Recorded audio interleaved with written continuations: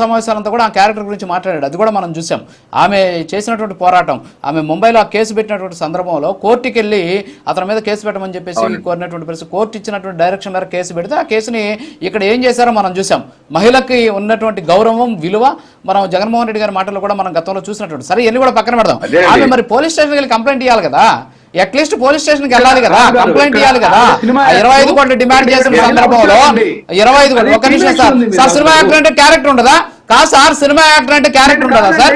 Cinema actor character ఉండదా? ఏం మాట్లాడుతున్నారు మీరు? ఒక నిమిషం ఆగండి, ఒక నిమిషం రామారావు గారు. ఓకే, కాదనట్లేదు, ఖచ్చితంగా సార్, ఖచ్చితంగా ఎక్కడో సినిమాలో నటిస్తుంది అంటే ఆమె క్యారెక్టర్ గురించి మాట్లాడకాదు. మరి ఆ రోజు మాట్లాడరు కాదు సార్, ఆ రోజు కూడా కేసు నమోదైంది కదా సార్, దాని గురించి మాట్లాడాలి కదా. ఒక నిమిషం సార్, ఖచ్చితంగా సార్, ఖచ్చితంగా నేను ఏ మహిళ ఎవరైనా మహిళే. ఒకటి గుర్తు పెట్టుకోండి సార్, భారత రాజ్యాంగం బిఎన్ఎస్ యాక్ట్ లో సార్, బిఎన్ఎస్ యాక్ట్ లో వాళ్ళు చేసేటటువంటి వృత్తిని బట్టి చట్టాలు ఉండవు సార్. మహిళ అంటే మహిళే. ఒక నిమిషం ఆగండి రవికిరణ్ గారు. ఇప్పుడు ఏంటి ఆమె ఎందుకు పోలీస్ స్టేషన్ కంప్లైంట్ చేయట్లేదు? ఒక నిమిషం సార్, రవికిరణ్ గారు మీరు మాట్లాడండి. ఒక నిమిషం సార్, రఫీ గారు ప్లీజ్. రఫీ గారు ప్లీజ్. మహిళల యొక్క గౌరవం గురించి పాపారావు గారు వైసీపీ పార్టీ ముసలి కన్నీరు కాచడం మానుకోవాలి.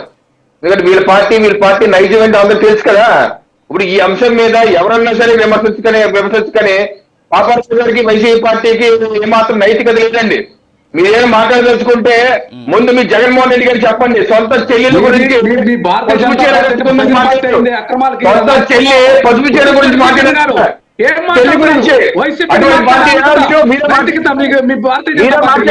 ఈ రాష్ట్రంలో మీరు భజన పార్టీగా మారుస్తున్నారు. మీరు దుర్మార్గంగా భారతీయ జనతా పార్టీ ఈ రాష్ట్రంలో ఏదైతే ముఖ్యమంత్రి చంద్రబాబు నాయుడు, ఉప ముఖ్యమంత్రి పవన్ కళ్యాణ్ గారి యొక్క ఆధ్వర్యంలో జరుగుతున్నటువంటి అక్రమాలకి, అన్యాయాలకి భజన చేసేటువంటి పార్టీగా ఈ మార్గం, ఇది దుర్మార్గం. ఖచ్చితంగా మీలాంటి వాళ్ళ పట్ల అప్రమత్తంగా ఉండాల్సినటువంటి ఆవశ్యకత ఈరోజు ప్రజలకు ఏర్పడింది. ఎలా మాట్లాడతారండి? ఎలా మాట్లాడతారు వైఎస్ఆర్ కాంగ్రెస్ పార్టీ ఈ అంశంలో?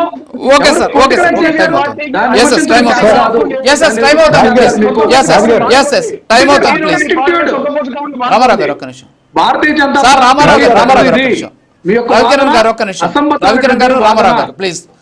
రవికిరణ్ గారు, రామారావు గారు ఒక్క నిమిషం ఆగండి ప్లీజ్. ఒక్క నిమిషం. మస్తాన్ రావు గారు 1 minute టైం అయిపోయింది నాకు. ఒకసారి క్లోజ్ సార్. ఏం లేదు, ఇందాక నేను పొరపాటున అవంతి శ్రీనివాసరావు గారిని పోయి గంటా శ్రీనివాసరావు గారు అన్న, అదొక పొరపాటు జరిగింది ఎలిగేషన్స్ విషయం. ఇంకోటి ఏంటంటే సార్, ఇప్పుడు ఈ రాజకీయ ఎత్తుగడలో భాగంగా మహిళల జీవితాలను వాడుకోవడం అనేది అటు 2 పార్టీలకి ఇదవుతుంది. నేను చెప్తాను మీకు. కోనేటి ఆదిమూలం గారి మీద ఎలిగేషన్స్ వచ్చాయి, ఆ తర్వాత ఆ మహిళ వెనక్కి తగ్గింది, ఆ కేసు విత్డ్రా చేసుకుంది.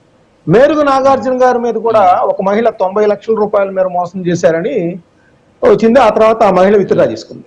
జనసేన నాయకుడు కిరణ్ రాయల్ గారి మీద కూడా ఒక మహిళ ఎలిగేషన్ చేసింది, మళ్ళీ ఆ మహిళ వెనక్కి తగ్గింది. ఆ మహిళలు వెనక్కి తగ్గుతున్నారు. కానీ ఈ రాజకీయ పార్టీలు ఈ మధ్య కాలంలో ఏంటంటే ఆ రాగానే వాళ్ళ మహిళా ప్రతినిధులు అందరితో చేసేసి ఆ జనసేన కామసేనని ఇంకోటని లేకపోతే వైఎస్ఆర్సీపీకి సంబంధించి ఇట్లా అని